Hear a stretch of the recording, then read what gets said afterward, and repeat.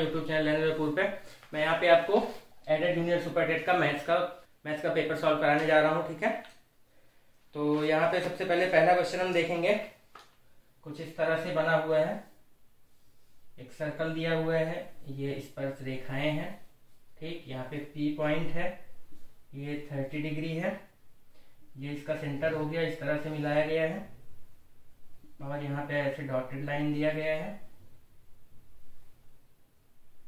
A B P और ये है Q पॉइंट। ठीक है, इसमें आपको ये एक 30 अंश दिया गया है, ये PA और PP स्पर्श रेखाएं दी गई हैं। आपको पूछा गया है एंगल AQB क्या होगा। ठीक है, इतना ही क्वेश्चन आपको दिया गया है, एंगल AQB पूछा गया है। ठीक, इसको कैसे सॉल्व करेंगे देखिए, बहुत ही आसान सा है कि ये 30 है, हमें पता है। ठीक, ये 30 हमें दिया गया है, हमें पता है स्पर्श रेखा को जब त्रिज्या से मिलाते हैं, ठीक है, स्पर्श रेखा को जब त्रिज्या से मिलाते हैं तो यहाँ पे 90 डिग्री का एंगल बनता है। ठीक, स्पर्श रेखा हमेशा त्रिज्या पे लंब होती है, तो ये 90 डिग्री होगा, ये भी 90 डिग्री होगा। क्यों? क्योंकि ये O सेंटर है, इसका मतलब ये क्या है, ये रेडियस है, ये भी रेडियस है।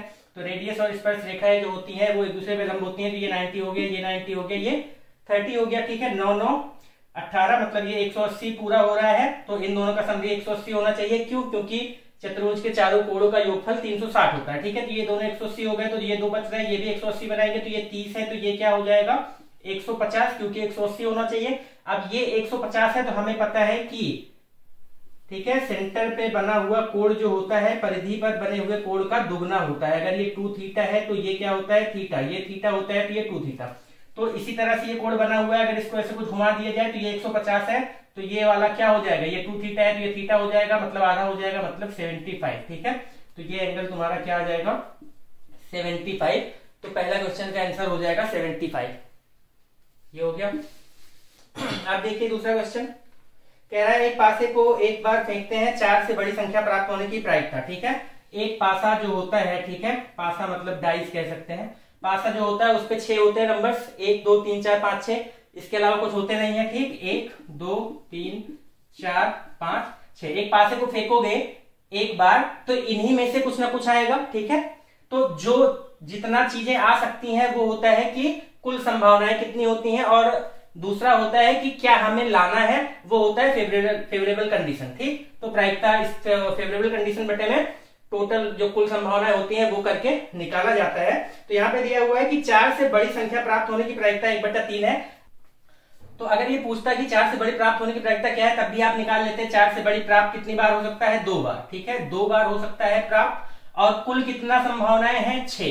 ठीक है, तो जो हमें चाहिए वो कितनी बार हो सकता है और कुल कितना संभावनाएं हैं वो हम अगर डिवाइड कर देते हैं तो इससे प्रायिकता निकल जाती है। तो ये 2 3 6, तो ये तो 1/3 दिया हुआ है। अगर पूछ लेता कि 4 से बड़ी प्राप्त होने की प्रायिकता क्या होगी तो 1/3 हम निकाल भी सकते थे, लेकिन इसने दिया हुआ है।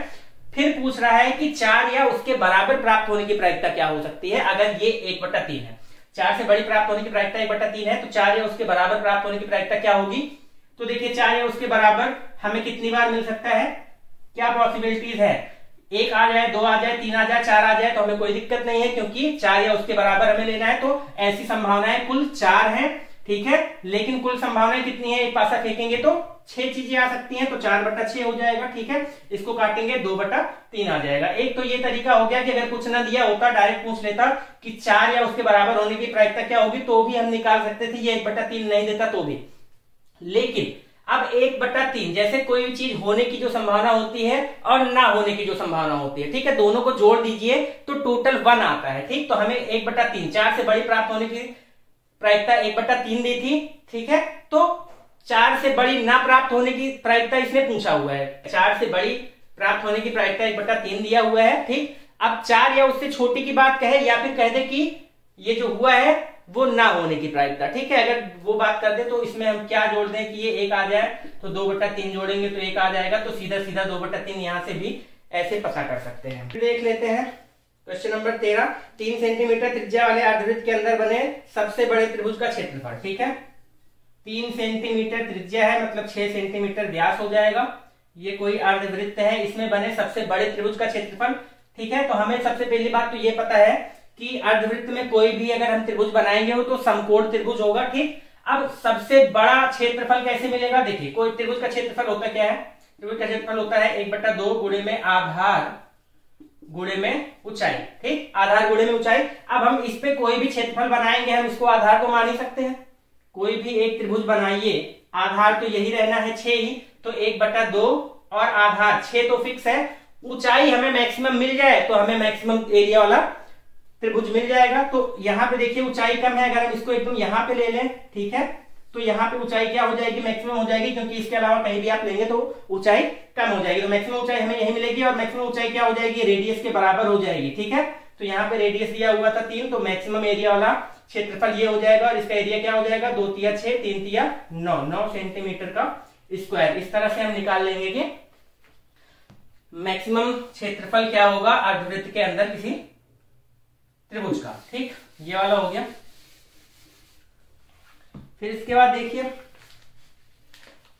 अगला दिया हुआ है कि x की वैल्यू जो है 1 से बड़ी और 2 से छोटी है, तो हमें बताना है मान x + 2 √x - 1 plus √x - 2 √x - 1, ठीक है। इसका वैल्यू हमें बताना है। हमें ऑप्शन दिया हुआ है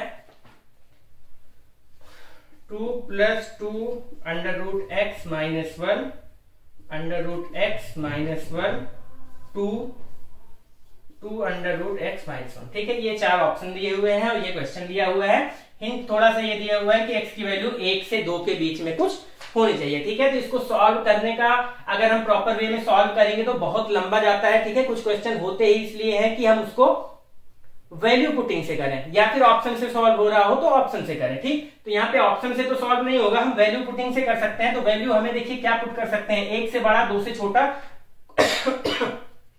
1 से बड़ा 2 से छोटा कोई भी वैल्यू पुट कर सकते हैं।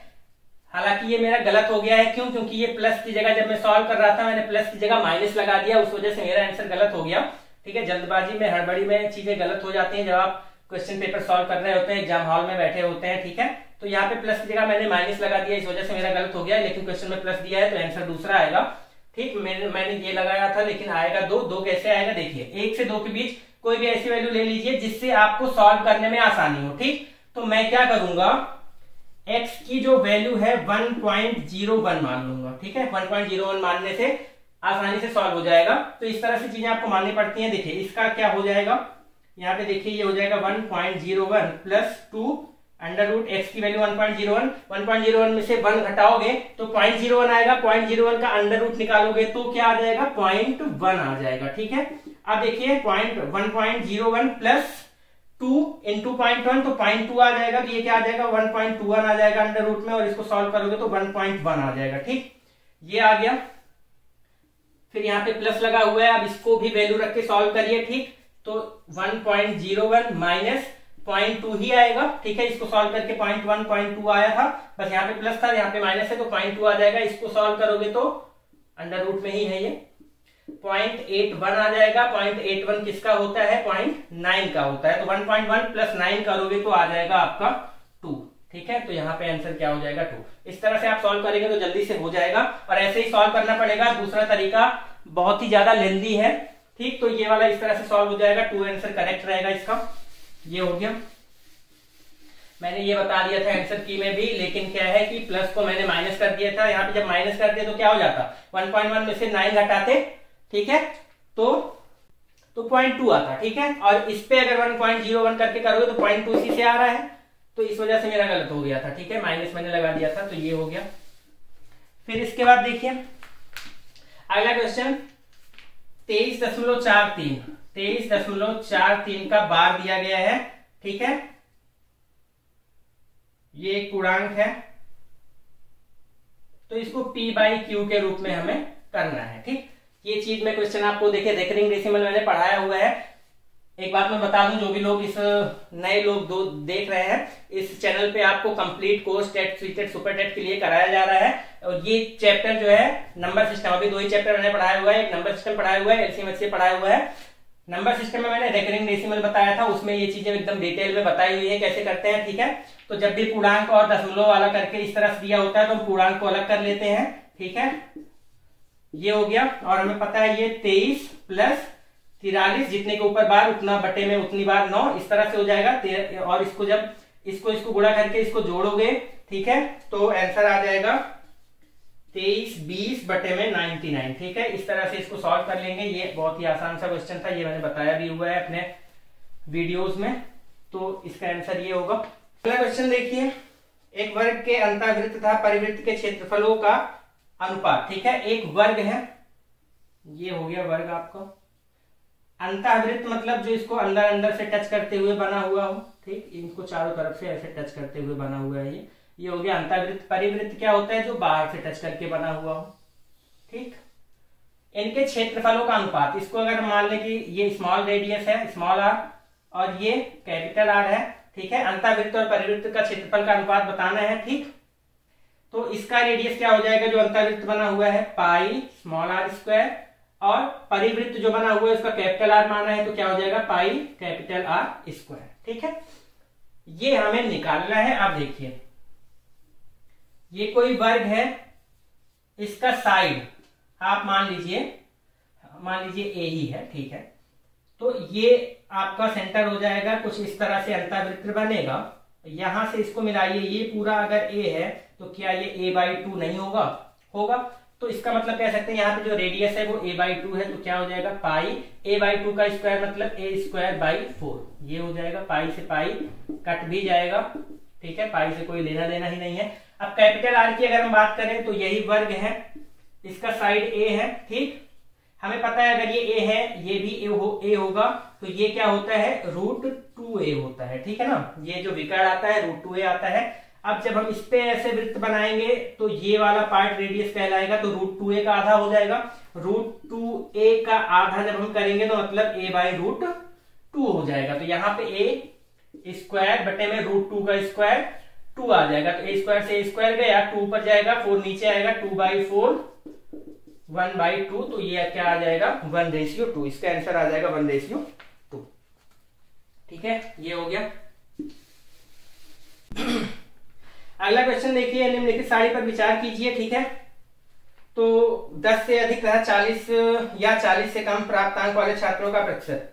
ठीक है, दिया हुआ है 1 से 10 छात्रों की संख्या 2 है, ये दिया हुआ है प्राप्तांक, और ये है स्टूडेंट्स। ठीक है, कितने स्टूडेंट्स है, कितना पाया है, 1 से 10 पाया हुआ है 2 लोगों ने, 11 से 20 में है 4 लोग, 21 से 30 में है 6 लोग, फिर उसके बाद 31 से 40 में है 3 लोग, फिर 41 से 50 में है 3 लोग, और फिर 51 से 60 में है 2 लोग। इस तरह से आपको चार्ट दिया हुआ है। पूछ रहा है कि 10 से अधिक तथा 40 या 40 से कम प्राप्तांक वाले छात्रों का प्रतिशत। 10 से अधिक, ठीक, ये तो 1 से 10 वाले हो गए। 10 से अधिक तो ये 11 से है, मतलब ये लोग जो है 11 से 20 पाए हुए हैं, 21 से 30 पाए हैं, तो 10 से अधिक पाए हो जो, और 40 से कम पाए हो। ठीक है, ये 40 तक वाले हैं, 40 से कम वाले 40 या 40 से कम वाले यहीं तक आपको मिलेंगे, और 10 से अधिक वाले यहीं तक आपको मिलेंगे। ठीक है, 10 से अधिक 40 से कम वाले यहीं पे आपको मिलेंगे, जिसको आपको क्या करना पड़ेगा, जोड़ना पड़ेगा। क्या हो जाएगा 6 4 10, 10 3 13। ठीक है, तो 10 से अधिक और वो कम पाने वाले 13 लोग हैं। इनका पूछ रहा है प्रतिशत कितना है, तो कुल कितने बच्चे थे। ठीक है, 4 2 6, 6 4 6 6 12, 12 3 15, 15 3 18, तो 20, टोटल 20 लोग थे, जिसमें से 13 लोग हैं जो 10 से 40 के बीच में हैं। इसका परसेंटेज निकालना है, तो 100 से गुणा कर दीजिए, 13 बटे में 20 गुणे में 100। ठीक है, 20 पंचे 100, 13 पच्चे 65, तो 65% लोग ऐसे हैं जो 10 से अधिक और 40 से कम मार्क्स पाए हुए हैं। तो इसका सॉल्यूशन ये हो जाएगा, 65% आंसर आ जाएगा। अगला है, ये भी मेरा जल्दबाजी में गलत हो गया है, sine inverse 5/13 plus cos inverse 3/5। 3/5 cos में क्या होता है, कॉस होता है आधार बटे में कर्ण। ठीक है, अगर हम ये थीटा मान लें तो कॉस होता है आधार बटे में कर्ण, मतलब ये 3 हो जाएगा, ये 5 हो जाएगा, तो ये क्या आ जाएगा 4 आ जाएगा। 3 4 5 से ही समकोण त्रिभुज बनता है, तो ये 4 हो गया। अगर इस कॉस को साइन में अगर कर लें, ठीक है, साइन इनवर्स 5/13 प्लस इसको साइन में करें तो ये साइन इनवर्स 4/5 हो जाएगा। ठीक, अब साइन इनवर्स ए प्लस साइन इनवर्स बी का फॉर्मूला लगाएंगे और सॉल्व करेंगे। ठीक है, साइन इनवर्स फॉर्मूला क्या हो जाता है, साइन इनवर्स ए प्लस साइन इनवर्स बी। ठीक है, ये है आपका ए, ये है आपका बी। फॉर्मूला होता है 1 माइनस बी स्क्वायर, ये होता है formula, plus B under root 1 minus A square. ठीक है, ये फॉर्मूला होता है। इस पे ए और बी की जब आप वैल्यू पुट करेंगे तो ये आ जाएगा साइन इनवर्स 63/65। अब साइन इनवर्स 63/65 को जब आप देखिए tan में कन्वर्ट करना पड़ेगा, क्योंकि ये कोई ऑप्शन में है नहीं। मैंने क्या 63 ऊपर देखा, साइन वाला 63 सट से मार दिया, ठीक, साइन लेकिन वो 63/16 दिया हुआ था, आ मेरा 65 ही रहा था, लेकिन मुझे लगा ऊपर 63 आ रहा है तो साइन वाला होगा, हो सकता है 65 में कुछ गलती कर दी हो मैंने, ठीक है, इस तरह से मैंने मार दिया, लेकिन कोई गलती नहीं थी, साइन में तो यही आएगा, लेकिन इसको tan में कन्वर्ट करना पड़ेगा। ठीक, तो ये देखिए क्या होता है, लंब बटे में कर्ण होता है। ठीक है, इसका मतलब ये 63 दिया हुआ है, ये 65 दिया हुआ है, जब इसको आप सॉल्व करेंगे तो यहाँ पे 16 आ जाएगा। ठीक, तो जब tan में इसको बदलेंगे तो ये tan इनवर्स हो जाएगा 63/16, तो ये tan इनवर्स 63/16, इसका आंसर ये वाला आना था। ठीक, तो कुछ बहुत सिली मिस्टेक्स की वजह से मेरे क्वेश्चन गलत हो गए हैं 2-4, एक तो प्लस का माइनस कर दिया, इस वजह से गलत हो गया। ठीक है, अब उसको ये नहीं कह सकते कि मुझे आ नहीं रहा था, आ रहा था एकदम बाकायदा, मैंने अच्छे से वैल्यू रख के किया था, लेकिन प्लस की जगह माइनस कर दिया तो गलती हो ही जाएगी। तो ये हो गया, ये हो गया, इनवर्स वाला भी हो गया।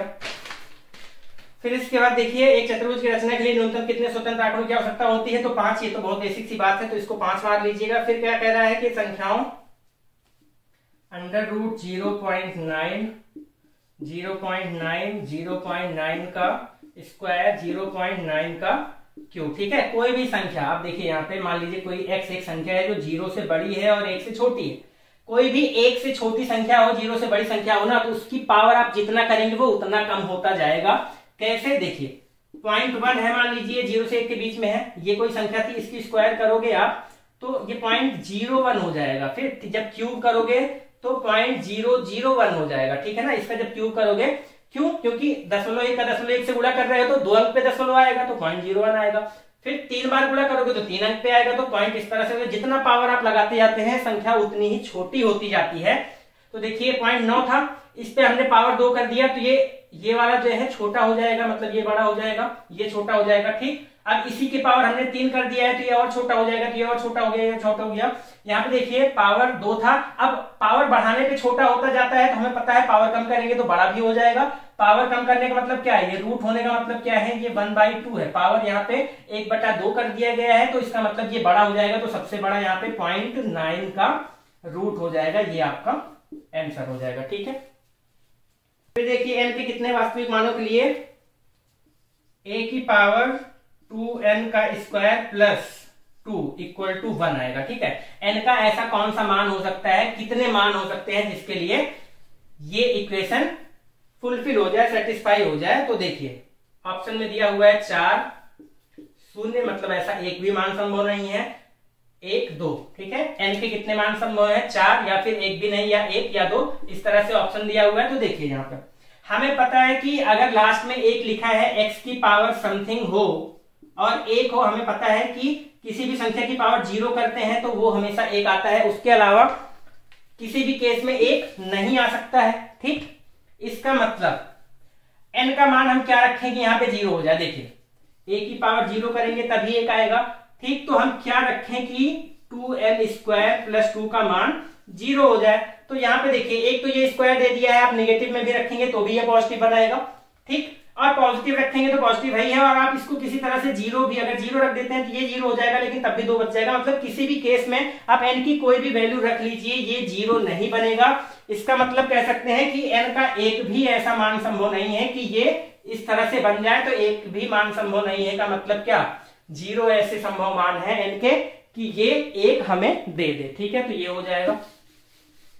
देखिए अगला क्वेश्चन कह रहा है कि, ठीक, ये वाला, यदि 2 संकेंद्रीय वृत्तों का त्रिज्याओं का अंतर, ठीक है, एक बड़ा वृत्त है एक छोटा है, ठीक है, दोनों के त्रिज्याओं का अंतर हमें 2 दिया हुआ है, और कैसे संकेंद्रीय वृत्त है, ठीक है, इसका भी केंद्रीय है, इसका भी केंद्रीय है, ये स्मॉल r हो गया, ये कैपिटल R हो गया, बीच का अंतर हमें 2 दिया हुआ है इस तरह से। और अगर हम ये संकेंद्रीय इस वाले छोटे वाले को उठा के बाहर बना दें तो इन दोनों के बीच की दूरी हमें दिया हुआ है कि 8 है। ठीक है, तो पूछ रहा है, मतलब कह सकते हैं कि r प्लस r हमें दिया हुआ है r, तो पूछ रहा है कैपिटल R मतलब बड़े वाले वृत्त की त्रिज्या क्या होगी। तो यहाँ से आप आराम से सॉल्व कर सकते हैं, नहीं सॉल्व करें तो भी आप तुक्का लगा सकते हैं कि 5 - 3 2 होता है, 5 + 3 8 होता है, तो मतलब r की वैल्यू क्या हो जाएगी 5 हो जाएगी। यहाँ से इसका मान 5 आ जाएगा। बहुत ही बेसिक सा सवाल था। फिर इसके बाद अगला देखिए, x की power 3 to the power n plus y की power 3 to the power n x plus y से विभाजित होने के लिए, ठीक है, विभाजित होने के लिए 4 ऑप्शंस दिए हुए हैं।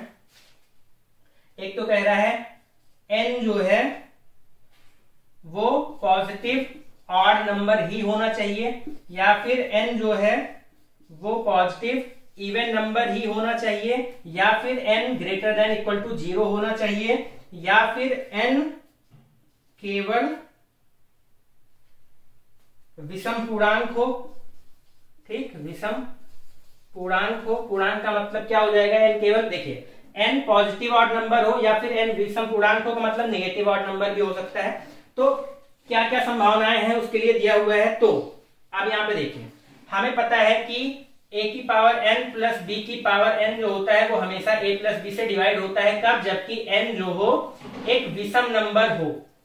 ठीक है, n का मान 3 रखिए, 4 रखिए, 4 ना रखिए, 3 रखिए, 5 रखिए, 7 रखिए, इस तरह से कुछ भी रखेंगे तो ये हमेशा a प्लस बी से डिवाइड हो जाएगा। क्यों, जैसे a cube plus B cube को हम क्या लिखते हैं, a प्लस बी ब्रैकेट में square plus B square plus A B, तो a प्लस बी से ये हमेशा कट जाएगा। क्यों, क्योंकि ये फॉर्मूले में ही a प्लस बी इस तरह से आ रहा है।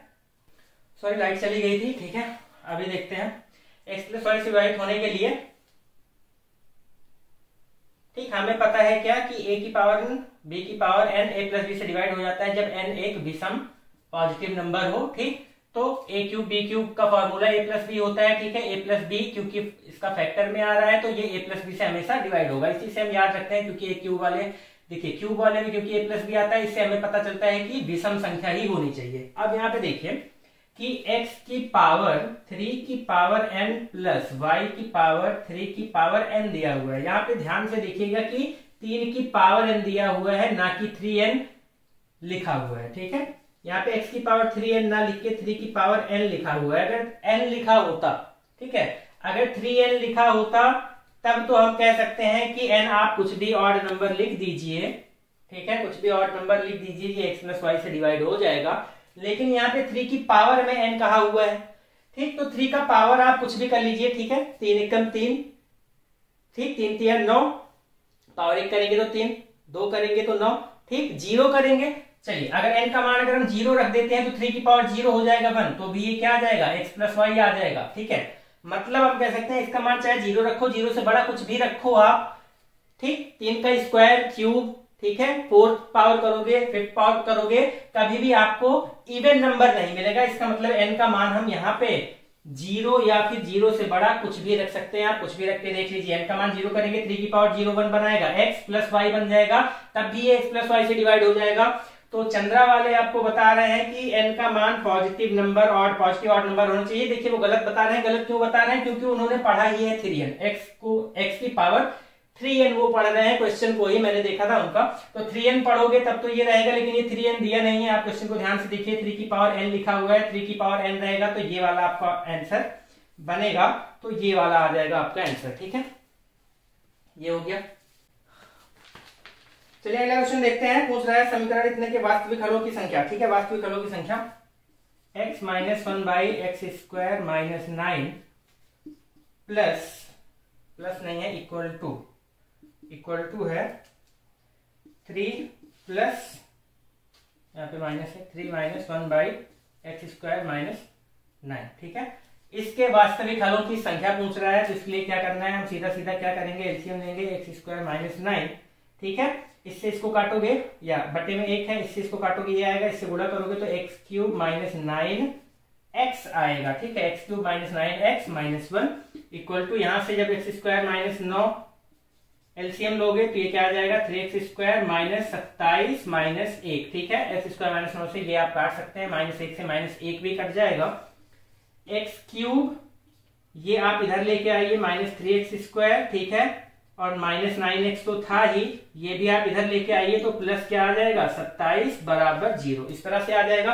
अब यहाँ पे देखिए x² कॉमन बन रहा है, x² जब कॉमन बन रहा है तो क्या करोगे, यहाँ पे आ जाएगा x, यहाँ पे आ जाएगा -3, यहाँ से -9 कॉमन ले लो तो क्या आ जाएगा x, और यहाँ पे 3 9 3 27, x -3 बराबर 0, ठीक है, ये हो गया।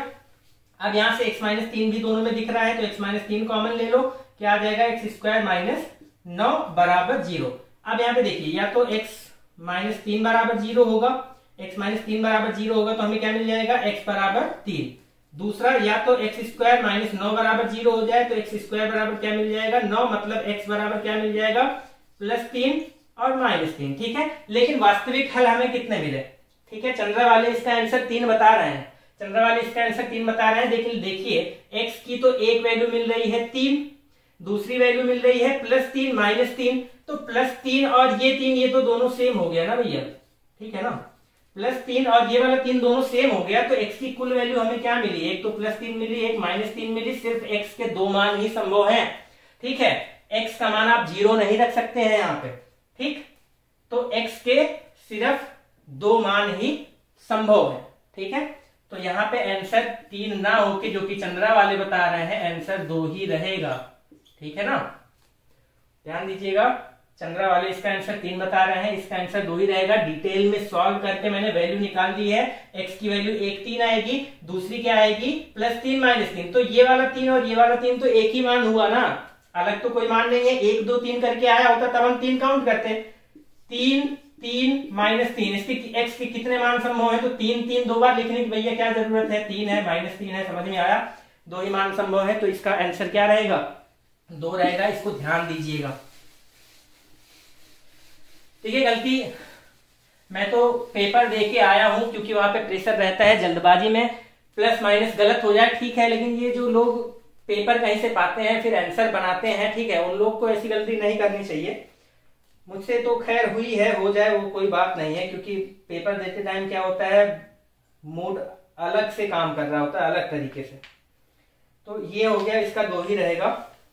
मैं भी एक बार देख के डर गया था कि कहीं मेरा गलत ना हो गया हो, लेकिन फिर से मैंने सॉल्व किया तो 2 ही आ रहा था, तो कोई दिक्कत नहीं है। फिर देखिए अगला क्या है, x - y और y - 2x जो है ये गुणनखंड है किसके, इस व्यंजक के, x³ - 3x² y plus λxy² plus μy³, ठीक है। ये जो है x - y और y - 2x इसके गुणनखंड हैं, तो हमें लेमडा और म्यू का मान बताना है, ठीक है, हमें लेमडा का मान और म्यू का मान बताना है अगर ये इसके गुणनखंड हो, ठीक है। जैसे x² + 2x + 1, इसका अगर एक गुणनखंड जो है x - 1 हो, ठीक है, अगर इसका एक गुणनखंड x + 1 हो तो x + 1 बराबर 0 रखें, x बराबर -1 आता है। अगर इसका एक गुणनखंड x + 1 है तो x + 1 बराबर 0 रखेंगे तो x बराबर -1 आता है। ये जो वैल्यू आती है इसको अगर हम यहाँ पे रख दें तो ये पूरा 0 हो जाना चाहिए, ठीक है, होना चाहिए। जैसे इसका गुणनखंड क्या आ जाएगा, ये x - 1 आएगा, x का मान अगर हम +1 यहाँ पे रख दें, x + 1 और x + 1 आएगा, इसका गुणनखंड क्या आएगा x + 1 आ जाएगा, ठीक। अब x बराबर अगर हम यहाँ पे -1 रख दे तो -1 + 1 0 बनेगा, ये पूरा 0 हो जाएगा, मतलब x बराबर -1 रखने पे 0 हो जाएगा। मतलब x - y अगर गुणनखंड है तो x बराबर अगर हम y रख देंगे तो ये पूरा का पूरा क्या हो जाएगा 0 हो जाएगा, ठीक। तो x बराबर y रखेंगे तो ये क्या हो जाएगा y³ हो जाएगा, सब में y³ बन जाएगा, इसलिए मैं इसको डायरेक्ट अभी से कॉमन ले रहा हूं। देखिए x बराबर y रखना है तो x² को y² बनाएगा, एक y पहले से था, y³ बनाएगा, y³ मैंने कॉमन ले लिया है, यहां से जो लिया था y³ कॉमन 1 बचेगा, माइनस यहां से कॉमन ले लिया है y³ तो 3 बचेगा, यहाँ पे x क्या y रखोगे तो ये भी y³ बनाएगा, बचेगा क्या प्लस में लेमडा, फिर प्लस यहाँ पे देखिए क्या बचा हुआ है y³ तो था ही यहाँ पे, तो y³ कॉमन लिया हुआ है तो ये म्यू बच जाएगा, ये बराबर क्या आ जाएगा 0। तो y³ को उधर ले जाइए तब भी क्या हो जाएगा 0, तो यहाँ से y³ भी हट गया, यहाँ पे बचेगा क्या खाली लेमडा प्लस म्यू बराबर ये -2 बचेगा, उधर जाके +2 बच जाएगा। लेमडा प्लस म्यू बराबर 2 बच रहा है। अब यहाँ पे देखिए 4 ऑप्शन दिए हुए हैं, इसमें सिर्फ एक ही ऐसा ऑप्शन है जिससे लेमडा प्लस म्यू बराबर 2 हमें मिल रहा है। ठीक है, इसको और सॉल्व करने की जरूरत नहीं है, और भी कर सकते हैं। y बराबर 2x एक बार रखना पड़ेगा, एक बार y बराबर 2x रखोगे, फिर एक इक्वेशन लेमडा और म्यू में मिलेगी, तब उसको सॉल्व करोगे, तब लेमडा और म्यू की वैल्यू आप निकालोगे। तरीका यही है। लेकिन लेमडा प्लस म्यू बराबर 2 मिल गया। अब आप ऑप्शन से सीधा चेक कर सकते हैं कि कौन से ऑप्शन में लेमडा प्लस म्यू बराबर हमें 2 दे रहा है। तो ऐसा सिर्फ एक ही ऑप्शन आपको मिलेगा, लेमडा बराबर 11/4 और म्यू बराबर -3/4। तो यहाँ पे सिर्फ एक ही ऐसा ऑप्शन मिलेगा और यही आप टिक कर देंगे एक ही इक्वेशन से। ठीक है, आगे आपको सॉल्व करने की जरूरत नहीं थी, लेकिन करेंगे कैसे? y बराबर 2x रखेंगे, एक बार फिर से कॉमन लेंगे, फिर एक इक्वेशन आएगी लेमडा और म्यू में, फिर दोनों को सॉल्व करके लेमडा और म्यू की वैल्यू निकालेंगे और ये आएगा। ठीक है, अब देखिए ये अच्छा खासा टाइम टेकिंग थोड़ा सा क्वेश्चन है, कुछ इस तरह से दिया गया है और ये वाला हमें एरिया फाइंड करना है। ये वाला एरिया हमें फाइंड करना है, ए बी, और ये 120 हमें दिया हुआ है। ठीक है, अब पता है हमें कि ये त्रिज्या है, ये त्रिज्या है, ये दोनों अगर 120 है, मतलब ये अगर 120 है तो ये बचेगा क्या? टोटल सम 180 होना चाहिए, 120 था, 60 बचेगा। ये दोनों आर आर है, बराबर है, तो ये दोनों कोण भी बराबर रहेंगे। 60 बच रहा है, मतलब 30 में डिवाइड हो जाएंगे, ये 30 हो गया, ये 30 हो गया। अब यहाँ पे देखिए, अगर मैं इसको ऐसे कुछ इस तरह से बना दूं, ठीक है, ये ए बी 120 और ये 30, ठीक है, कुछ इस तरह से है। अगर हम इसको इस तरह से बना दें, हमें ये वाला देखिए, यहां से अगर ये है लंब, ये है क्या? कर्ड, कर्ड है आर। ठीक, अब यहां पे देखिए रेडियस दिया गया है 42, आर का मान हमें दिया गया है 42 और हमें ये वाला एरिया पूछा गया है। ठीक, तो सबसे पहली बात तो ये कि कुछ इस तरह से सवाल है, ये पूरा एरिया हम निकाल सकते हैं बहुत ही आराम से।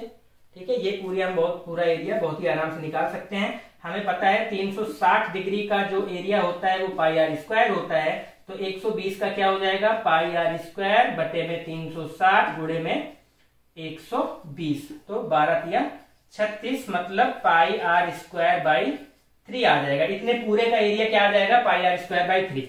ठीक है, लेकिन हमें ये एरिया निकालना है। हमने क्या किया? ये पूरा निकाला है, ये ट्राइंगल भी ले लिया, ये भी ले लिया, तब ये एरिया आएगा πr²/3।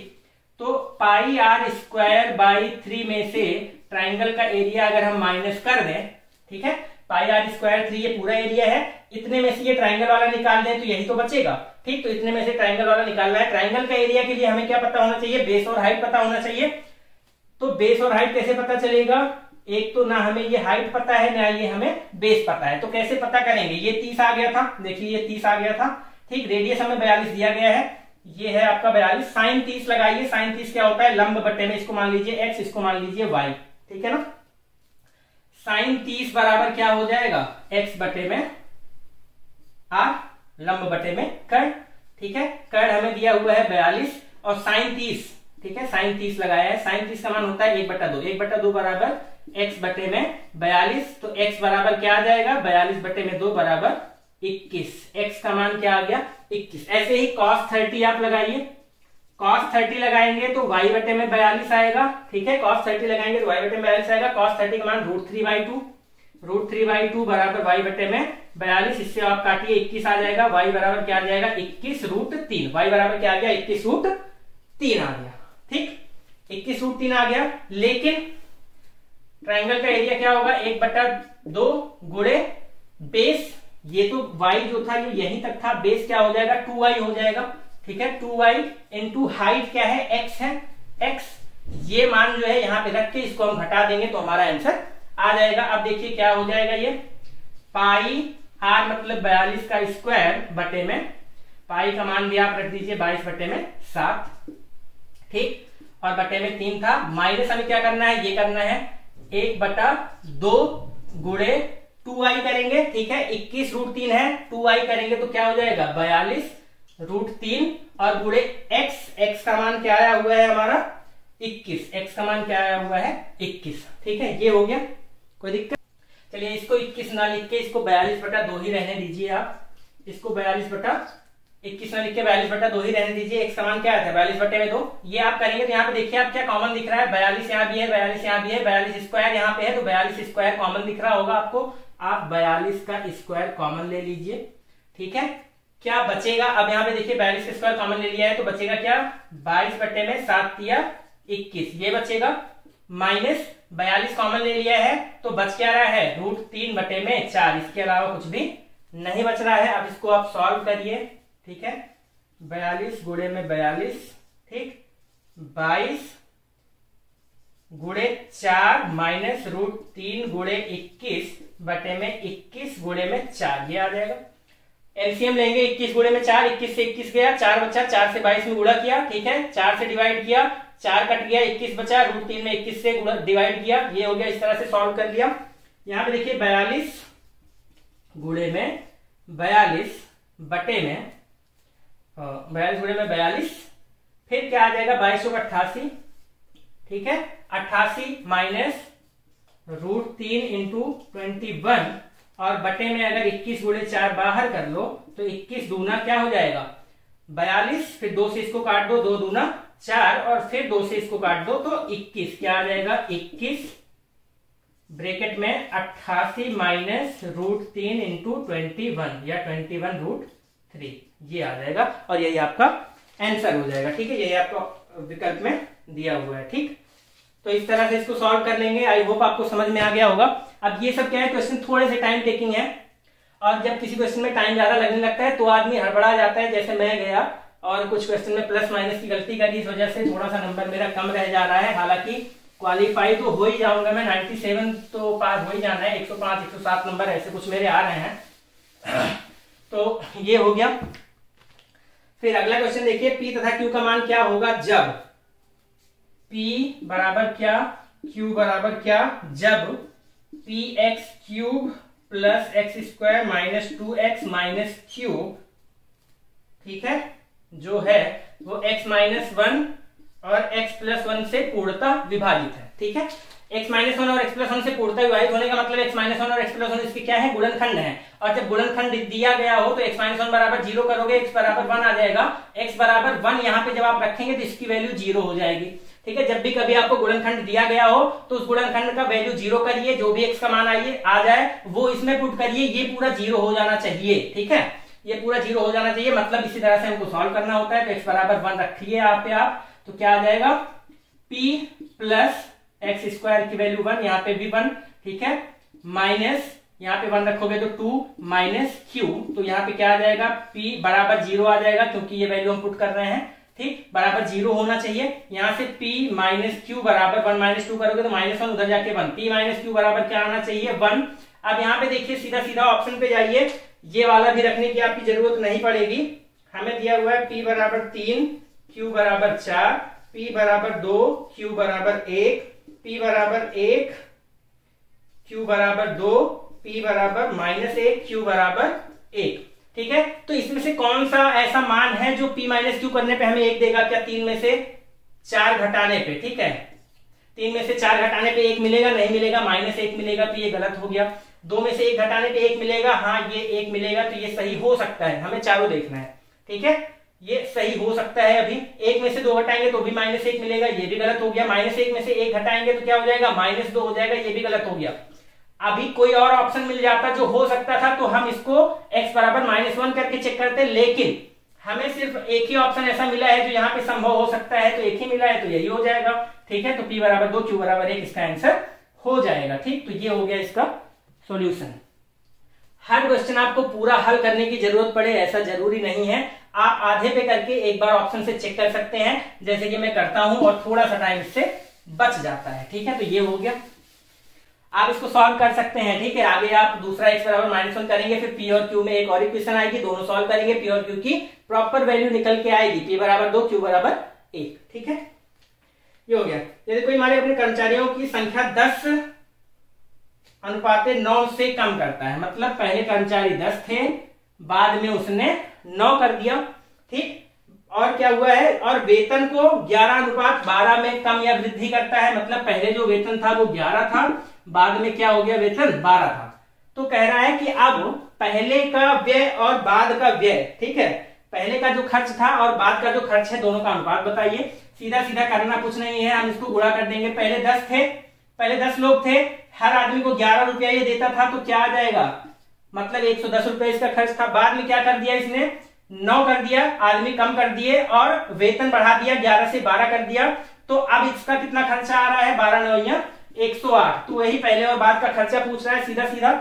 आदमी 10 से 9 कर दिया, वेतन 11 से 12 कर दिया। आदमी 10 थे, वेतन 11 था, तो खर्चा इतना आता था। आदमी 9 हो गए, वेतन 12 हो गया, तो खर्चा इतना आ रहा है। तो दोनों खर्चों का अनुपात पूछ रहा है। इसको काटिए 55, इसको काटिए 54, ठीक है, 55:54, ये आ जाएगा पहले और अब के खर्चे का अनुपात। समझ में आ गया, बहुत ही आसान सा सवाल था। इसका ये हो जाएगा 55:54। फिर देखिए A plus B plus ratio B plus C plus A बराबर दिया हुआ है हमें 6 7 8, ठीक है, 6 7 8 इस तरह से रेशियो दिया गया है। तो आप सबको x से मल्टीप्लाई करके A प्लस बी बराबर 6x, B प्लस C बराबर 7x, C प्लस A बराबर 8x इस तरह से मान सकते हैं।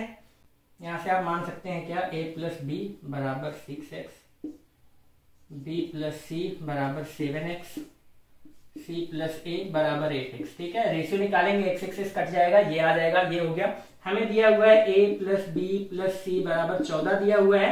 अगर हम इन तीनों को जोड़ दें, ये जो तीनों हमने लिखा है इन तीनों को जोड़ दें तो क्या आ जाएगा, A प्लस बी, देखिए A यहाँ पे है, A यहाँ पे है, B यहाँ पे है, B यहाँ पे है, फिर C यहाँ पे है, C यहाँ पे, दोनों मतलब सारी चीजें दो दो बार है। तो यहाँ पे आएगा क्या, इन तीनों को जोड़ने पे 2A plus 2B plus 2C, ठीक है। ये क्या आ जाएगा, इन तीनों का मान जोड़ दीजिए, 7 6 13 13 8 8 3 11, ठीक है, 7 6 13 13 8 11 21x आ जाएगा। हमें दिया हुआ है दो यहां से कॉमन ले लीजिए, A प्लस बी प्लस सी आएगा। A प्लस बी प्लस सी का मान 14 दिया हुआ है, तो 2 गुणे 14 बराबर 21x आ जाएगा, ठीक है। 7 दूना 14, 7 तिया 21, x बराबर क्या आ जाएगा, 2 दूना 4 बटे में 3, x बराबर क्या आ गया, 4 बटे में 3। अब A B C की वैल्यू फाइंड कर दीजिए, फिर आंसर आराम से आप निकाल पाएंगे। तो x बराबर आ गया है 4 बटे में 3, एक सेकंड रुकिएगा। अब देखिए x बराबर 4 बटा 3 आ गया है, ठीक। तो हम A प्लस बी की वैल्यू अब निकाल सकते हैं। A प्लस बी बराबर 6x है, मतलब 6 इंटू 4/3, 3 दूना 6 4 दूना 8। A प्लस बी बराबर क्या हो गया, 8 हो गया। A प्लस बी प्लस सी बराबर 14 दिया हुआ है। A प्लस बी अगर 8 है तो C बराबर क्या हो जाएगा, 6, तभी तो 14 आएगा। 8 प्लस 6 14, तो C बराबर 6 हो गया, A प्लस बी बराबर 8 हो गया, ठीक है, ये मिल गया। अब देखिए, ठीक, C हमें मिल गया है, अब B हमें निकालना है, तो ये वाली इक्वेशन यूज करनी पड़ेगी। B प्लस सी बराबर 7 इंटू 4/3, x का मान रख दिया 4/3, 6 हमें पता है। B बराबर क्या हो जाएगा, C का मान 6 है, 7 चौक 28 बटे में 3, ठीक है, 28 बटे में 3 माइनस ये 6 यहाँ पे जाके माइनस हो जाएगा। B बराबर क्या आ जाएगा, 28 माइनस 3 छक 18 बटे में 3, तो क्या आ जाएगा 10 बटे में 3। B बराबर क्या आ गया, 10 बटे में 3, ठीक।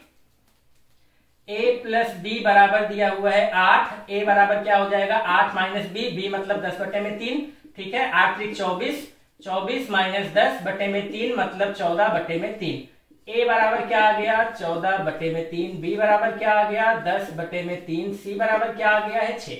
A B C की वैल्यू मिल गई, तो क्या रेशियो नहीं निकाल पाओगे, देखो A B C क्या है, 14 बटे में 3, 10 बटे में 3 और 6, सब में 3 से गुणा कर दो, बटे वाला चीज हट जाएगी। 3 से गुणा करोगे तो ये 3 वाला कट जाएगा, बचेगा 14। 3 से गुणा करोगे 10 बचेगा, ठीक है। और यहां जब 3 से गुणा करोगे ऊपर नीचे नहीं, सिर्फ ऊपर, 3 से सब में गुणा कर रहे हैं, तीनों में 3 से गुणा करेंगे तो 3 से 3 कट गया, 3 से 3 कट गया यहाँ पे, लेकिन नीचे कुछ नहीं है तो 3 से 18 हो जाएगा।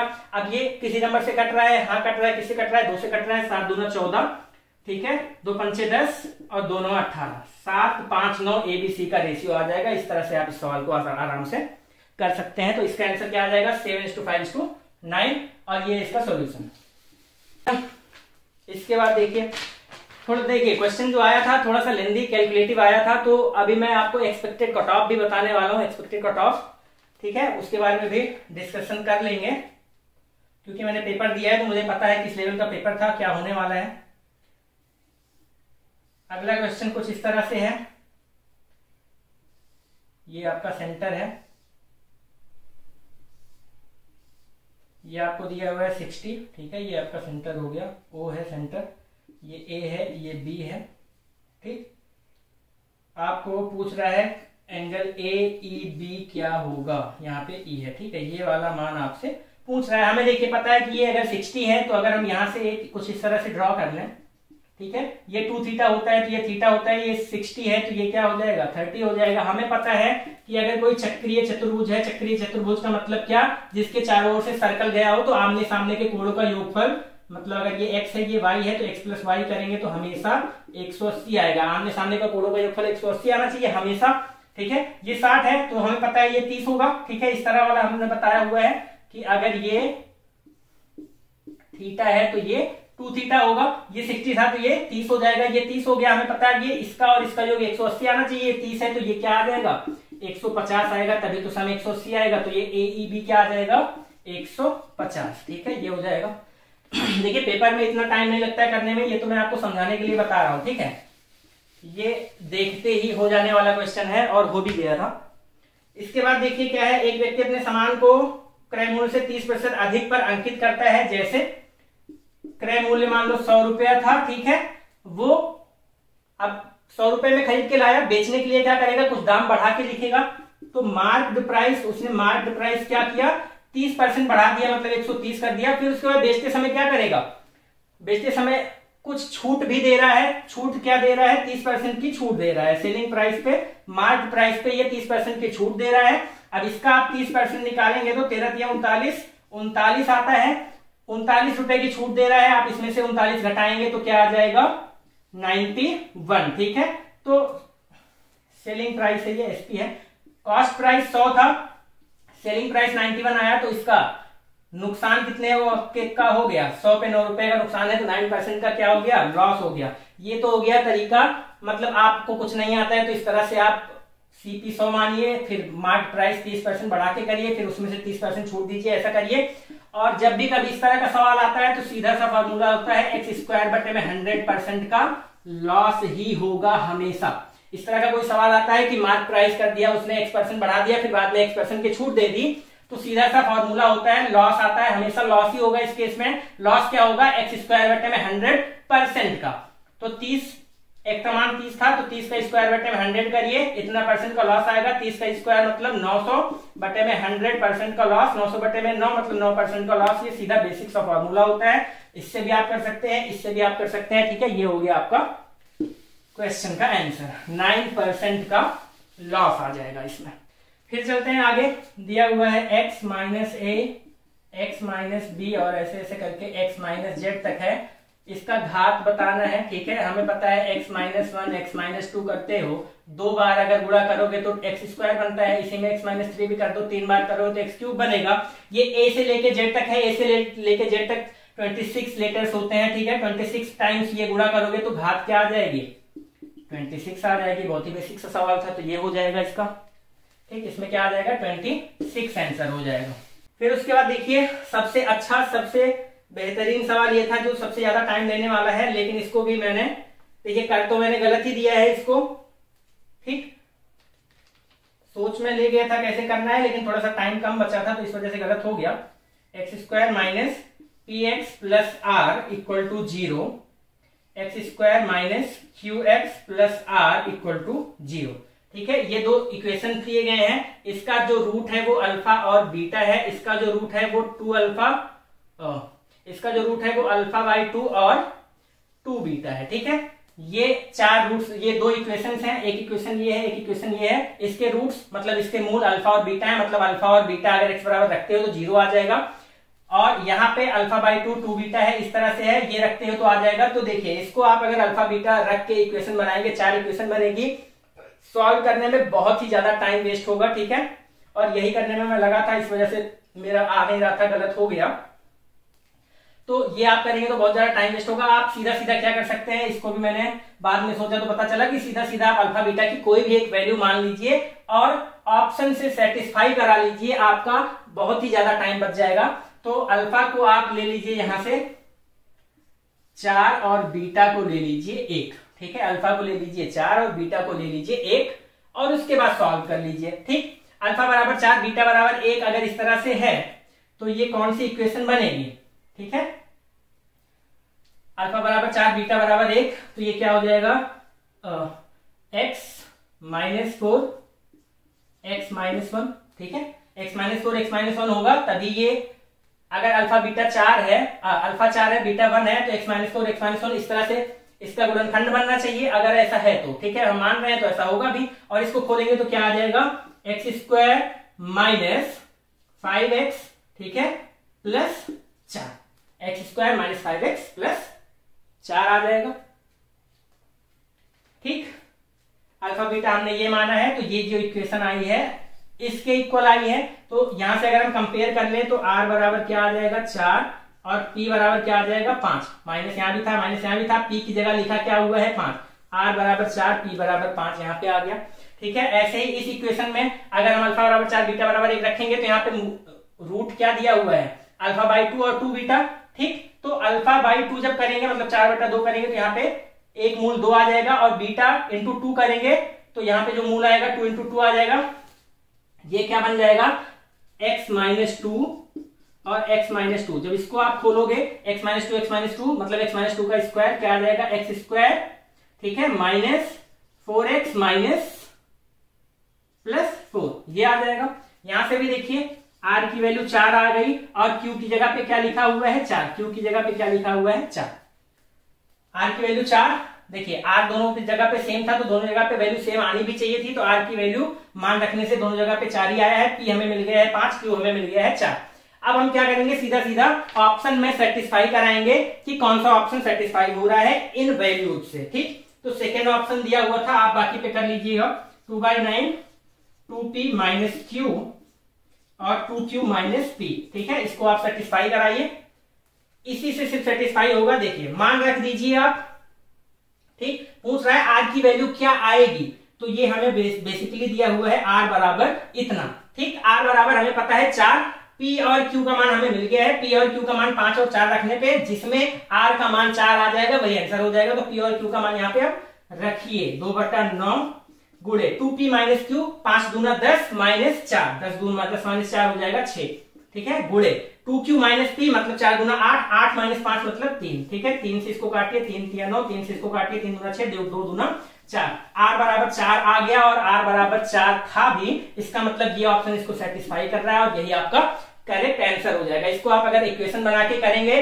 तो उस तरह से करने में हो सकता है पूरा दिन निकल जाए, ना हो पाए, लेकिन यहाँ पे जब आप वैल्यू मान के कर लेंगे तो इस तरह से आपका सेकंड ऑप्शन सेटिस्फाई हो जाएगा। और इसको यही करने का तरीका होता है, कुछ क्वेश्चंस होते ही हैं ऑप्शन से करने के लिए, ठीक है। अगर आप इस तरह से करेंगे तो बहुत लेंदी होगा और शायद आप पूरे क्वेश्चन अटेम्प्ट भी ना कर पाओ, टाइम कम पड़ जाए, ठीक है। तो ये हो गया।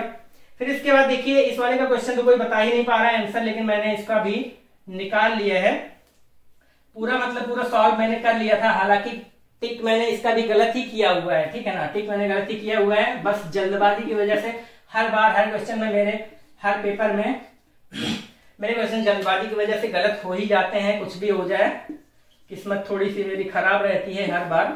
तो क्या होगा, इसमें कह रहा है कि a का मान क्या हो सकता है इस इक्वेशन के लिए, ठीक है। इसका आंसर जो है चंद्रा वाले का मैं देख रहा था, तो चंद्रा वाले कह रहे हैं कि मैं बाद में बताऊंगा, समझ में नहीं आ रहा है अभी a का मान क्या हो सकता है। हालांकि ये समझ में मुझे एग्जाम के टाइम पे ही आ गया था कि कैसे करना है, ठीक है। करते समय बस थोड़ा सा पता नहीं क्या माइंड डाइवर्ट हुआ, मैंने टिक ऑप्शन जो है वो गलत कर दिया। इसके ऑप्शंस देखिए क्या क्या दिए गए हैं। इसके ऑप्शंस दिए हुए हैं, एक तो 0, एक -5/2, एक -3 और एक दिया हुआ है 3, ठीक है।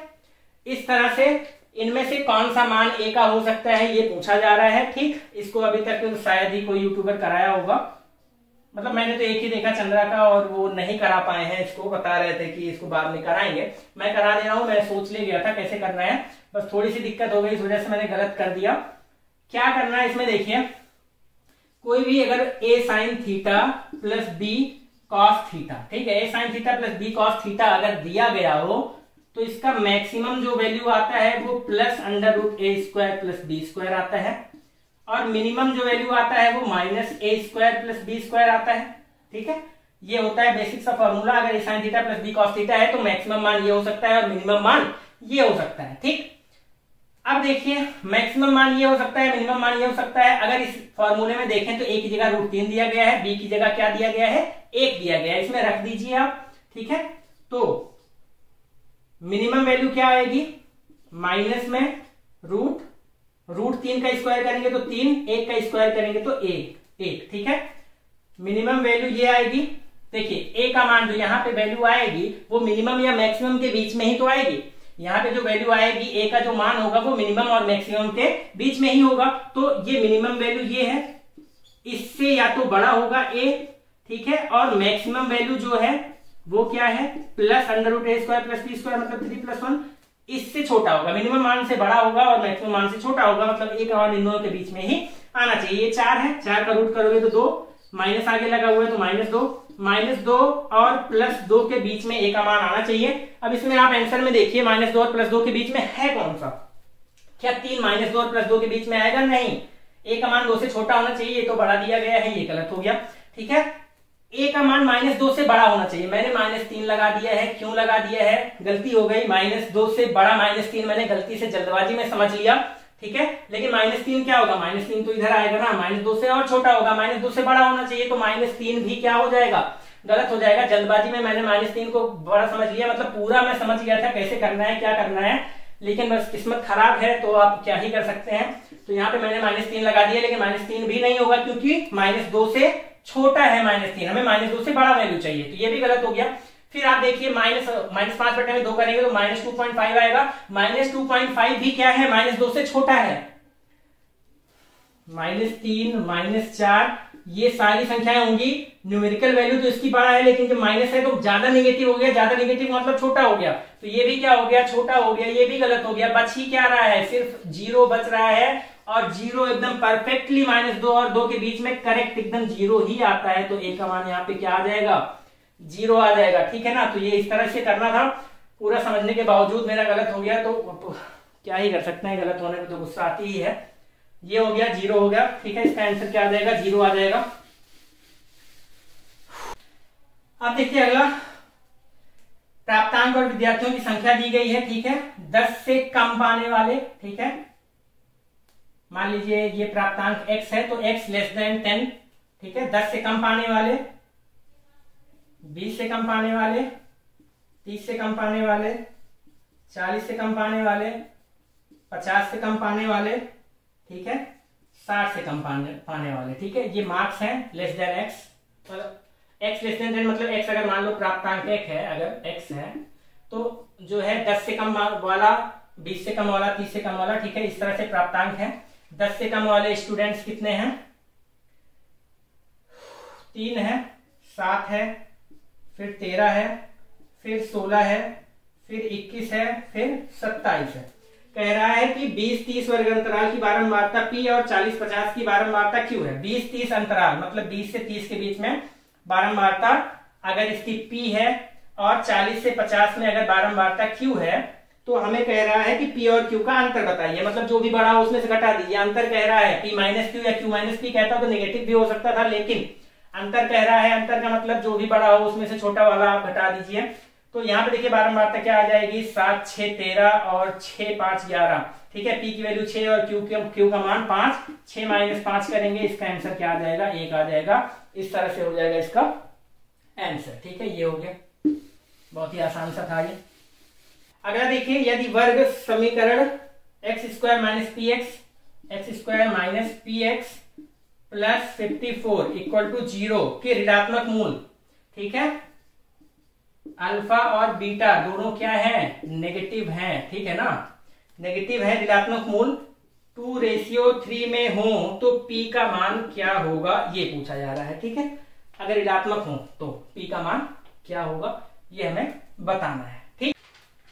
तो देखिए 2 और 3 में दिया गया है, हम मान लें कि जो मूल है वो 2 अल्फा और 3 बीटा है, तो रेशियो क्या आ जाएगा, 2:3 ही तो आ जाएगा, 2 अल्फा और 3 अल्फा, ठीक है। जो मूल है हम मान लें कि x1 = 2 अल्फा, x2 = 3 अल्फा है, तो अगर ये हम मूल मान लें तो क्या आ जाएगा, रेशियो 2:3 तब भी आएगा, ठीक है, 2 अल्फा और 3 अल्फा। अल्फा निगेटिव है वो हम बाद में देखेंगे, ठीक, ये हो गया। अगर हम मूल ये मान लें तो रेशियो आ जाएगा। हमें पता है मूलों का योगफल, अगर पहला मूल x1 था, दूसरा x2 है, मूलों का योगफल क्या होता है, x square plus b x plus c में माइनस बी बाई ए होता है, ठीक है। तो माइनस बी बाई ए करेंगे तो पी, एक्स का गुणांक क्या है, माइनस पी है, माइनस पी में माइनस लगाएंगे तो पी हो जाएगा, बटे में ए करेंगे 1, x1 प्लस x2 बराबर क्या आना चाहिए, पी आना चाहिए, ठीक है।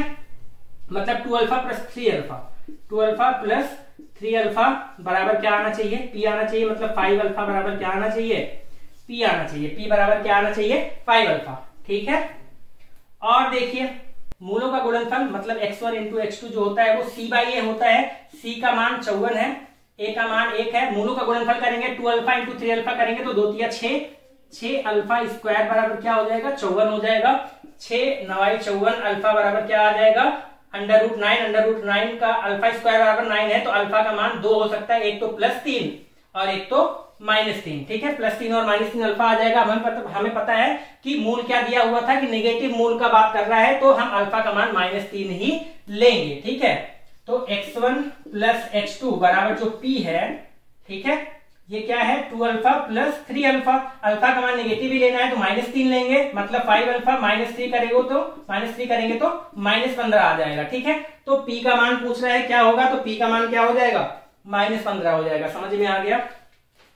p का मान क्या आ रहा है, 5 अल्फा आ रहा है। 5 अल्फा का मतलब क्या हो जाएगा, p बराबर माइनस, अब p बराबर 5 अल्फा है, अल्फा का मान नेगेटिव वाला लेंगे तो -15, तो p बराबर क्या आ जाएगा, -15 आ जाएगा। यहाँ पे इसका सॉल्यूशन ये हो जाएगा। आसान था ये भी, लेकिन थोड़ा सा टाइम टेकिंग इसको भी कह सकते हैं। फिर उसके बाद देखिए यदि किन्हीं दो संख्याएं और भी का समांतर माध्य और गुणोत्तर माध्य बराबर है। समांतर माध्य और गुणोत्तर माध्य, समांतर माध्य क्या होता है, a plus B by 2, AP बराबर दिया हुआ है GP। a plus B by 2 AP होता है। गुणोत्तर माध्य क्या होता है, अंडर रूट AB होता है, ठीक है। यहां से देखिए a प्लस बी बराबर क्या आ जाएगा, 2 अंडर रूट AB, ये दोनों बराबर दिया हुआ था, ठीक है। यहां से क्या आ जाएगा, a plus B minus 2 under root AB बराबर क्या आ जाएगा, 0 आ जाएगा। ये क्या दिख रहा है, under root a plus under root b का, under root a minus under root b का होल स्क्वायर बराबर 0। यहाँ से क्या आ जाएगा, अंडर रूट a बराबर अंडर रूट b, इसका स्क्वायर कर लीजिए तो a बराबर क्या आ जाएगा, b। तो a बराबर b इस सवाल का आंसर हो जाएगा। समझ में आ गया। ये तो वैसे भी डायरेक्ट भी याद रहता है, a बराबर b होता है, इसी केस में ये होता है तो a बराबर b आप निकाल भी सकते हैं, आपको याद भी रहना चाहिए। तो ये हो गया। अगला देखिए, आपको त्रिभुज के निर्देशांक दिए गए हैं, a बराबर 0,3, b बराबर 0,5, ठीक है, निर्देशांक है। c बराबर दिया हुआ है आपको, या o बराबर कह सकते हैं, दिया हुआ है 0, 0। ये त्रिभुज के शीर्ष के निर्देशांक दिए गए हैं। हमें बताना है कि इसका परिवृत्त का रेडियस क्या होगा, और मतलब सर्कम रेडियस क्या होगा, सर्कम रेडियस कह लीजिए, और सर्कम सेंटर क्या होगा, ये हमें बताना है, ठीक है। देखिए हम इसको अगर ग्राफ पे बना लें, 0, 0 एक पॉइंट दिया हुआ है तो ये 0, 0 हो जाएगा, 0, 0 हो गया, ये O पॉइंट हो गया। A पॉइंट कह रहा है 0, 3, मतलब x का मान 0, y का मान 3, x का मान 0, y का मान 3 हमें कहां मिलता है, y एक्सिस पे मिलेगा, ठीक है। तो ये हो जाएगा 0, 3 और ये हो गया A पॉइंट। फिर ऐसे ही आपको B पॉइंट दिया हुआ है 5, 0, ये हो गया, ठीक। इसका मान अगर आप निकालेंगे, ठीक, ये डिस्टेंस कैसे निकलता है, डिस्टेंस फॉर्मूला क्या होता है, under root x1 minus x2 का होल स्क्वायर, ठीक है, x1 माइनस x2 का whole square plus under root y1 minus y2 का होल स्क्वायर, ये फॉर्मूला होता है। यह फॉर्मूला इसमें जब लगाएंगे तो 0 में से 5 का स्क्वायर करेंगे तो 25, 3 में से 0 का स्क्वायर करेंगे तो 9, 25 और 9 जोड़ोगे तो 34, तो अंडर रूट 34। हमें पता है, बहुत ही बेसिक सी बात है कि अगर कोई समकोण त्रिभुज है, एक समकोण त्रिभुज है ही है, दिख ही रहा है, अगर कोई समकोण त्रिभुज है तो जो सेंटर आता है, सर्कम रेडियस, सर्कम सेंटर जो होता है एकदम मिड पॉइंट पे बनता है, मतलब ये दोनों के एकदम बीचों बीच बनता है, ठीक है। तो बीचों बीच बनेगा तो ये पूरा 34 था, तो यही तो रेडियस होगी। देखिए सर्कल कुछ इस तरह से आपका बनेगा, ठीक है ना, सर्कम सर्कल कुछ इस तरह से बनेगा और ये पॉइंट एकदम बीचों बीच में आता है, ये बराबर ये रहेगा और ये भी क्या रहता है, बराबर रहता है, ठीक। तो ये 34 था पूरा, तो ये क्या आ जाएगा, बीचों बीच है, मतलब 34/2, तो रेडियस क्या हो गया, सर्कम रेडियस क्या हो गया, अंडर रूट 34/2। अब कह रहा है कि सर्कम सेंटर बताइए आप, तो कौन सा ऐसा पॉइंट हम ले लें यहां पे कि ये वाली डिस्टेंस भी 34/2 आ जाए। यहां पे हम ऐसा कौन सा पॉइंट ले लें कि ये वाली डिस्टेंस भी 34/2 आ जाए, या मिड पॉइंट होता है तो आप ये मिड पॉइंट ही होता है, आप जान सकते हैं। 5/2 3/2 ही आ जाएगा, ठीक है ना, 5/2 और 3/2। ये अगर आप ऑप्शन लेंगे और यहाँ पे 5/2 3/2 रखिए, ये ऑप्शन से भी कर सकते हैं और बटे में 2/2 होता भी है, ठीक है। ऑप्शन से जब आप करेंगे 5/2 3/2 और इन दोनों के बीच का डिफरेंस निकालेंगे तो रेडियस यही आ जाएगा, ठीक है ना। कैसे? 5/2 का स्क्वायर करोगे 25/4, 3/2 का स्क्वायर करोगे 9/4, 25 9 34/4, ठीक है। 34/4 का रूट निकालोगे तो अंडर रूट 34/2, ठीक है। तब भी रेडियस यही आ रहा है, तो मतलब 5/2 3/2 और अंडर रूट 34/2 ये आपका आ जाएगा आंसर इसका, ठीक है। ये वाला ऑप्शन इसका सही हो जाएगा। बहुत ही आसान सा सवाल ये भी था और सही भी किया है मैंने। एक बार को लग रहा था गलत हो रहा है, लेकिन सही हो गया है। तरीका यही है करने का।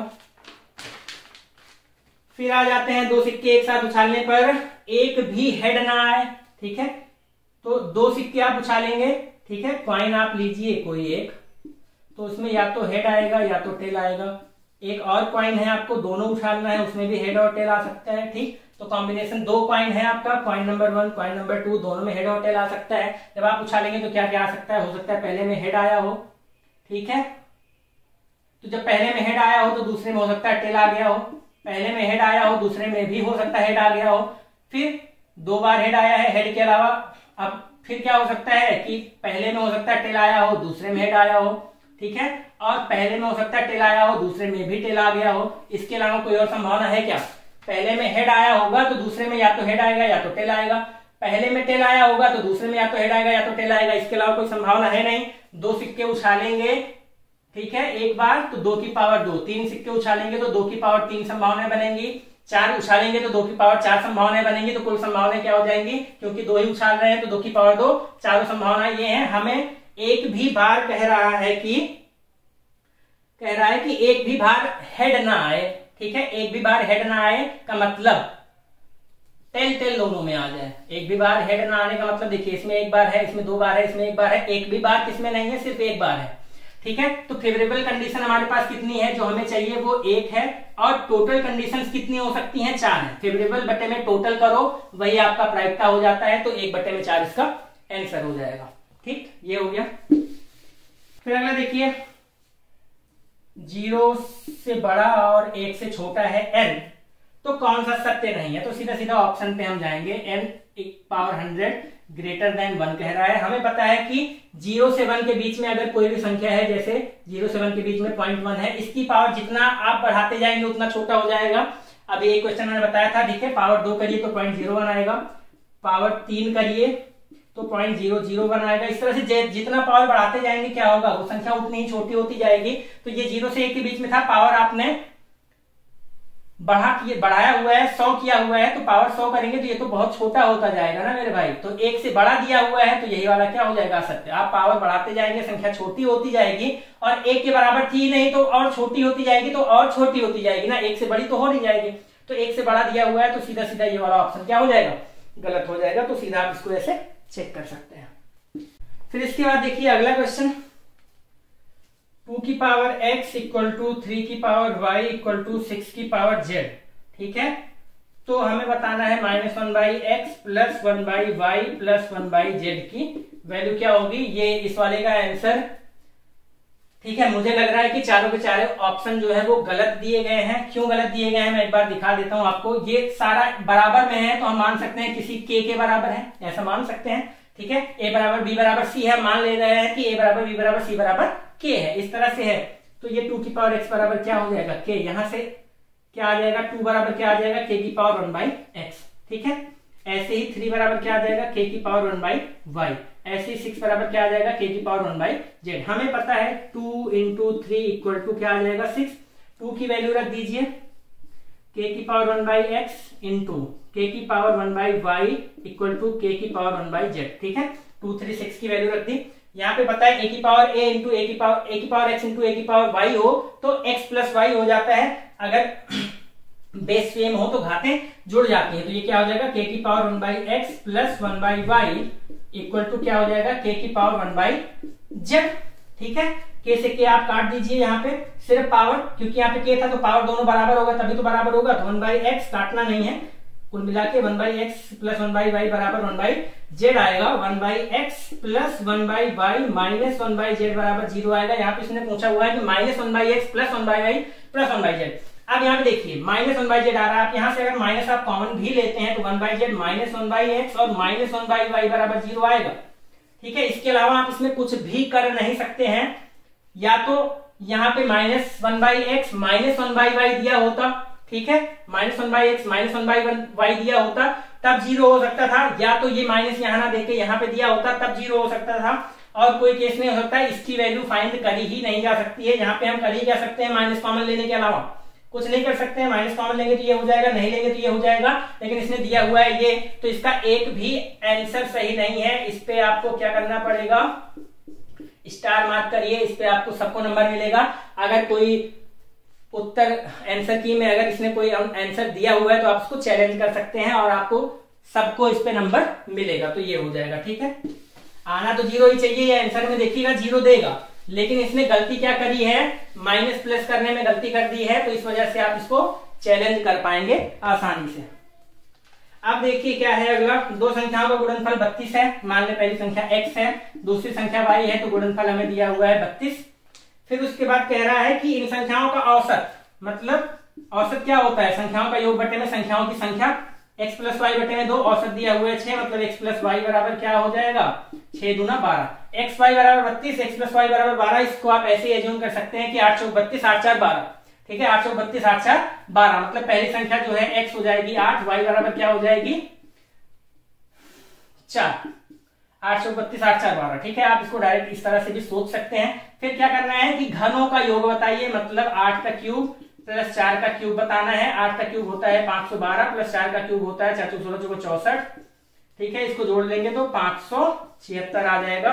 576 इसका आंसर हो जाएगा। ठीक है,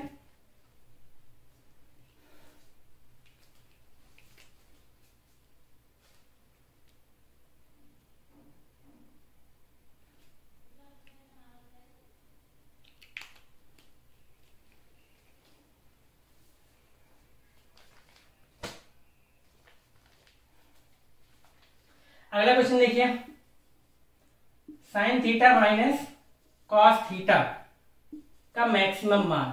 ठीक है, अभी मैंने बताया कि a sine theta plus b cos theta इस तरह से दिया हो तो मैक्सिमम मान क्या होता है, plus under root a square plus b square. Minimum मान क्या होता है, minus under root a square plus b square. यहाँ पे प्लस दे या माइनस दे उससे कोई फर्क हमें नहीं पड़ता है। तो यहाँ पे इस तरह से दिया गया है तो मैक्सिमम मान क्या हो जाएगा, under root a square plus b square, मतलब 1 प्लस 1 अंडर रूट 2। इसका मान क्या आ जाएगा, अंडर रूट 2 आ जाएगा। ठीक है, मैक्सिमम मान इसका क्या आ जाएगा, अंडर रूट 2। 21 मजदूर किसी दीवार को 25 दिनों में करते हैं। ठीक है, 21 लोग हैं, काम को 25 दिन में करना है। मान ले रहे हैं कुल काम क्या था, 21 गुणे 25 था। कुल काम क्या था, 21 गुणे 25 था। ठीक, कुल काम इतना था, 21 लोग 25 दिन में कर ले रहे हैं। यदि 14 मजदूर और लगा दिए जाए, मतलब 21 में 14 लोग और आ गए। ठीक है, 14 मजदूर और जोड़ दिया जाए 21 में तो क्या हो गया, 35 लोग आ गए।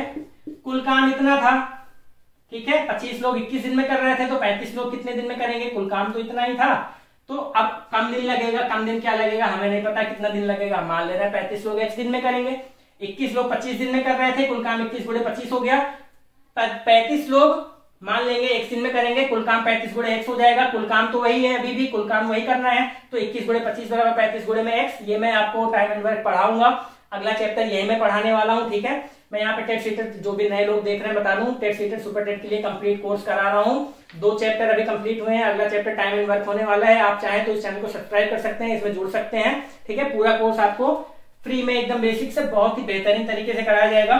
तो जब ये कराऊंगा तो मैं इसका कॉन्सेप्ट बताऊंगा। फिलहाल इसको इस तरह से सॉल्व करते हैं। ठीक है, 7 किया 21, 7 पचे 35, 5 पचे 25, x बराबर क्या आ जाएगा, 3 पचे 15। तो 35 लोग मिलके 15 दिन में कर लेंगे इस काम को। ठीक है, तो इसका आंसर क्या हो जाएगा, 15। अगला देखिए सवाल है, x square plus mod of X minus 6 equal to 0 के रियल रूट्स का योग या फिर सम बताना है। ठीक है, वास्तविक मूलों का योग बताना है। हमें पता है अगर x बराबर x अगर पॉजिटिव हुआ यहाँ पे तो मॉड क्या देगा, हमें प्लस में देगा, तो x प्लस एक्स माइनस 6 बराबर 0 आ जाएगा। अगर x नेगेटिव हो गया, मतलब x जो है वो लेस देन 0 हो गया, नेगेटिव हो गया, तब ये क्या खुलेगा, मॉड हमेशा माइनस में खुलेगा, तो -x बराबर 0 देगा। ठीक, हमें वास्तविक मूलों का योग बताना है, तो सबसे पहले तो हम चेक करेंगे कि ये दोनों इक्वेशन हमें वास्तविक मूल देंगे या नहीं, क्या पता किसी से काल्पनिक आ रहा हो। तो कैसे चेक करते हैं, b² - 4ac करते हैं। अगर ये ग्रेटर देन 0 आता है या इक्वल टू 0 आता है तो हमें रियल रूट्स मिलते हैं। b² b का मान यहाँ पे 1 है, 1 आ जाएगा, -4ac करेंगे तो -6 24 मतलब 25 आ जाएगा, तो ये तो पॉजिटिव में देगा, इसका मतलब इससे रियल रूट्स आएंगे। यहाँ पे b², यहाँ पे भी -1 का स्क्वायर करेंगे 1 आ जाएगा, फिर से -6 गुणे -4 करेंगे तो -24 का +24 हो जाएगा, तो यहाँ भी 25 आ जाएगा। यहाँ से भी हमें रियल रूट्स ही मिलेंगे। ठीक है, दोनों जगह से रियल रूट्स मिलेंगे, लेकिन यहाँ पे देखिए x बराबर निगेटिव है, यहाँ से हमें नेगेटिव रूट्स मिलेंगे, x बराबर पॉजिटिव है, यहाँ से हमें पॉजिटिव रूट्स मिलेंगे, क्योंकि पॉजिटिव होगा तभी यहाँ पे प्लस आएगा, अगर नेगेटिव रूट्स होगा तो यहाँ पे ये नेगेटिव में खुलेगा। तो इस तरह से हो जाएगा। यहाँ से मान लीजिए कि x1 और x2 मिलेगा, यहाँ से मान लीजिए x3 और x4 मिलेगा, x1 x2 पॉजिटिव होंगे, x3 और x4 नेगेटिव होंगे। ठीक है, यहाँ से मूलों का योगफल अगर आप निकालिए तो x1 प्लस x2 बराबर क्या आ जाएगा, -b/a होता है, तो -1 आ जाएगा, -b/a -1 बटे में 1 -1 आ जाएगा। और यहां से x3 प्लस x4 जब आप करेंगे, ठीक है, x3 प्लस x4 जब आप करेंगे तो भी क्या आ जाएगा, -b/a आ जाएगा। ठीक, लेकिन यहाँ पे b का मान क्या है, -1 है, तो -1 में भी देखिए -b/a करना है, b का मान -1 है, -b जब करेंगे तो ये +1 हो जाएगा, +1 बटे में 1। ठीक है, तो x3 प्लस x4 क्या आ गया, +1 आ गया। अब क्या कह रहा है, हमें सभी मूलों का योग बताना है, x1 plus x2 plus x3 plus x4 हमें बताना है। ठीक है, x1 प्लस x2 -1 है, यहाँ पे -1 रखिए, x3 प्लस x4 +1 है, यहाँ पे +1 रखिए, -1 और +1 क्या हो जाएगा, 0, तो यहाँ पे आंसर क्या आ जाएगा, 0। और इसका भी चंद्रा वाले आपको 4 बता रहे हैं, ठीक है ना, इसका भी चंद्रा वाले 4 बता रहे हैं, और इसका आंसर होगा क्या, 0 होगा। ठीक है, तो कंप्लीट सॉल्यूशन करा दिया है, देख लीजिए, किसी के भ्रम में ना रहिए। देखिए बहुत लोग अभी जो बता रहे हैं, बहुत लोगों ने आप में से जो आंसर अपना मिलाया हुआ है, काफी लोगों ने गणित का काफी सवाल गलत कराया है। गलत जल्दीबाजी में हो जाता है, जब मैं एग्जाम देके निकला था तो मुझे नहीं पता था मेरी क्या गलती हुई है। ठीक है, क्योंकि मुझे मैथ्स आती है तो मुझे लगा कि मैंने जो किया होगा सही होगा, लेकिन जल्दबाजी में प्लस का माइनस कर दिया, इस वजह से गलत हो गया। ठीक है, एक तो मैंने ऑप्शन ही 143 की जगह 143 में तीसरा लगाना था, 142 में तीसरा लगा दिया, इस वजह से गलत हो गया। ठीक, एक जगह मतलब इस तरह से काफी गलतियां हो जाती हैं। इस वाले में भी मेरा गलत ही हुआ है, मैंने गलती कर दी है, मुझे लगा कि एक से रियल रूट आ रहा है, एक से रियल नहीं आ रहा है। ठीक है, लेकिन ये दोनों ही रियल दे रहे थे, तो यहाँ पे हम करेंगे तो 0 आएगा, मुझे लगा एक से रियल आएगा, एक से रियल नहीं आएगा, इस तरह का कई सवाल मैंने लगाया है, एक से रियल आता है, एक से रियल नहीं आता है, इमेजिनरी आ जाता है, तो उस वजह से मेरा ये गलत हो गया। लेकिन इसका सॉल्यूशन करेक्ट रहेगा 0। चंद्रा वाले 4 बता रहे हैं, आप 0 करेक्ट मान लीजिए, 4 आपका गलत हो जाएगा। अगर 4 पे आपने सही जोड़ा है तो आप 1 नंबर कम कर लीजिए, आपने 0 लगाया है तो 1 नंबर बढ़ा दीजिए। ठीक है, ये हो गया। उसके बाद व्यंजक 2 sin x plus 4 cos x plus 3, 2 sin x plus 4 cos x plus 3, इसका अधिकतम मान बताइए। हमें पता है a sin theta plus b cos theta का अधिकतम मान क्या होता है, √a² प्लस b², मतलब 2 का स्क्वायर 4, 4 का स्क्वायर 16, 16 4 20, और प्लस 3 तो था ही, इसमें तो हम कुछ कर ही नहीं सकते, इसी का मान मैक्सिमम ले लें तो मैक्सिमम हो जाएगा, मतलब 3 प्लस √20,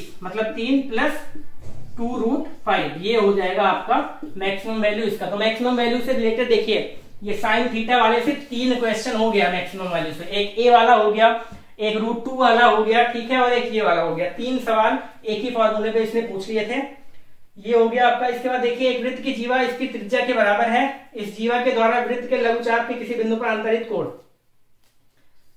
एक वृत्त है, सर्कल दिया हुआ है, जिसकी जो जीवा है वो त्रिज्या के बराबर है, मतलब कह सकते हैं ये भी ए है, ये भी ए है, ये भी ए है।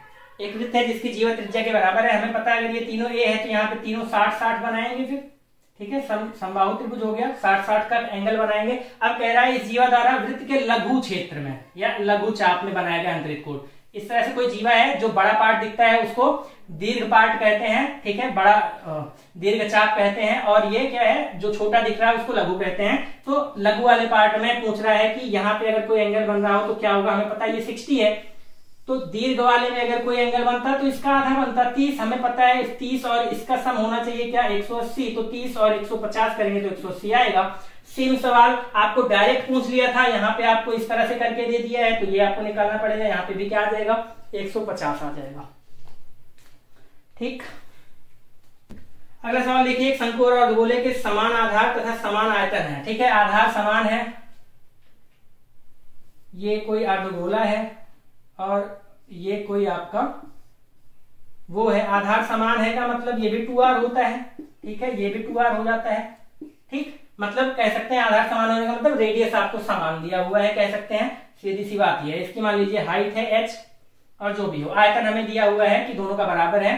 ठीक है, v कोण और v गोले को क्या कहते हैं पता नहीं, v गोला लिख लीजिए।